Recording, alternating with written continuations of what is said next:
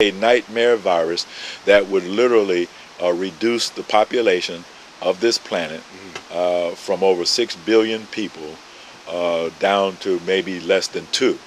And that would occur probably over a 2 to 3 year period of time. Right. So that's the nightmare scenario. And we want people to be alert to that possibility. Right. I can't say whether or not that will actually happen. All I can say is the possibility exists. Because everything is in place. Everything is in place. For it to go that way. Yes, yes. Not only that, but apparently there are people trying to make it happen. Okay. See, if we take a look recently at what happened, there's a pharmaceutical company based in Chicago, but also in Switzerland, called Baxter. Right. They're one of the major vaccine manufacturers in the world. Well, this spring, Baxter shipped out 72 kilograms of a flu vaccine. It was supposed to be against the seasonal flu, but it was contaminated with, I think, bird flu. Right, that's right. This killer. Yes. And they sent it to 16 different countries around the world. Right. And one of those countries was Czechoslovakia. And luckily, somebody in Czechoslovakia actually went through the vaccine batch that they had received, and they were the ones that detected this contamination with bird flu.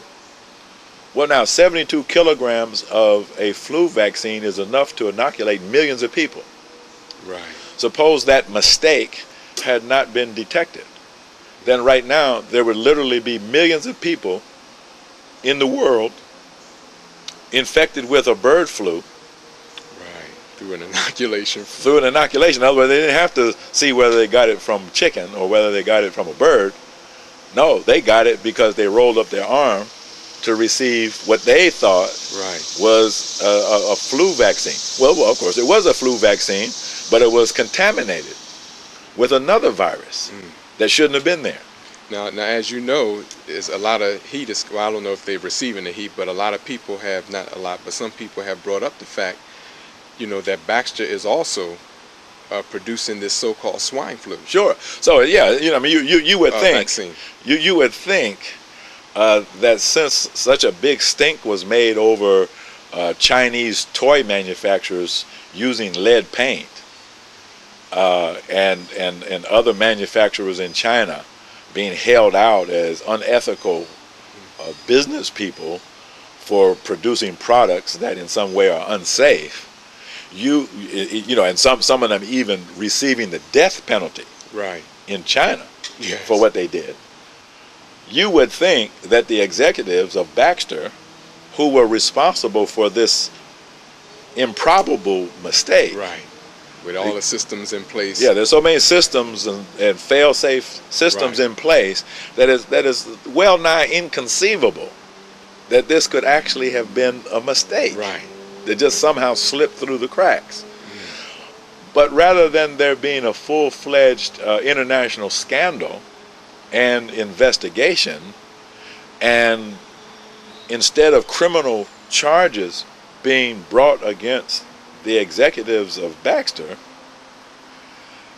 they just received a contract to make the swine flu vaccine that may become mandatory in just a couple of months. Now, and that brings me to that question where you indicated, well, some people are trying to make this devastation of the world's population happen.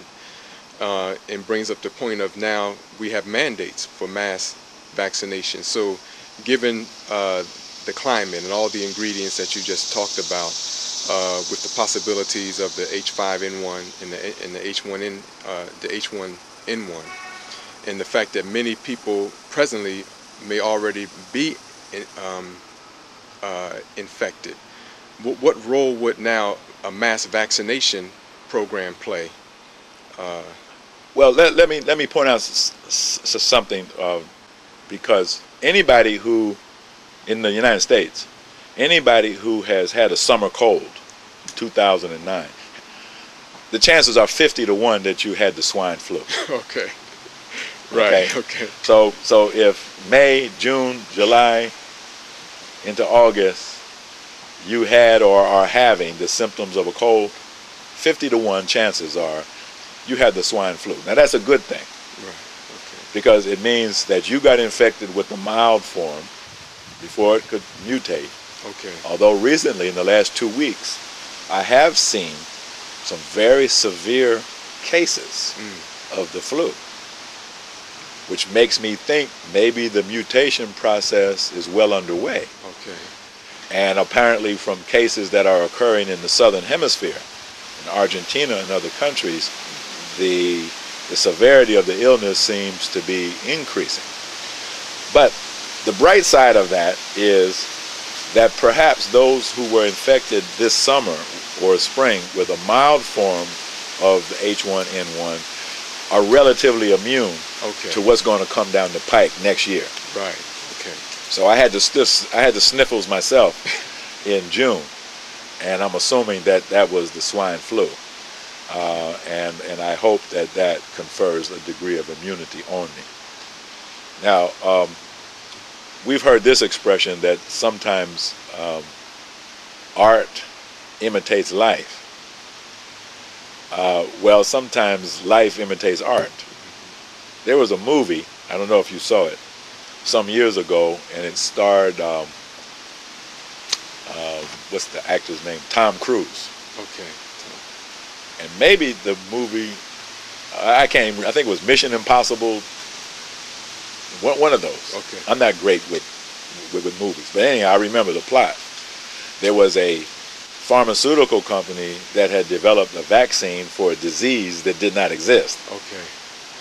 So what this company did was they deliberately released this virus among a population, I believe it was in Australia, because now they had created a demand for their new vaccine. Okay?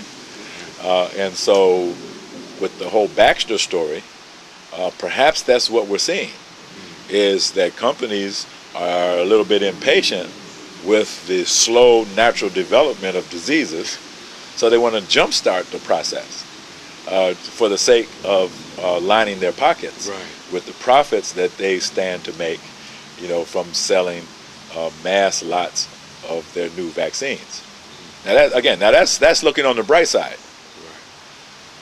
See, because then that would say that money's there. That their worst sin is greed. It's greed, right? Money's. But suppose that's not their worst sin. Right. Suppose their worst sin is the desire to commit mass murder. You see, then the profits are just secondary. Where the idea is that we will depopulate the world, and while we do it, we'll make a whole lot of money. Right. But the main point is not necessarily to make the money. The main point is to depopulate the world. One of the things that you look at when you look at some of these pharmaceutical companies, I mean, they've already worth billions of dollars. So it's almost as if money in this case is no object, although they still have to, pay their workers. But you look at people like Merck, GlaxoSmithKline, these are people that have billions stored and hoarded. Sure. Which makes that essential pursuit of money questionable, that it may have some other.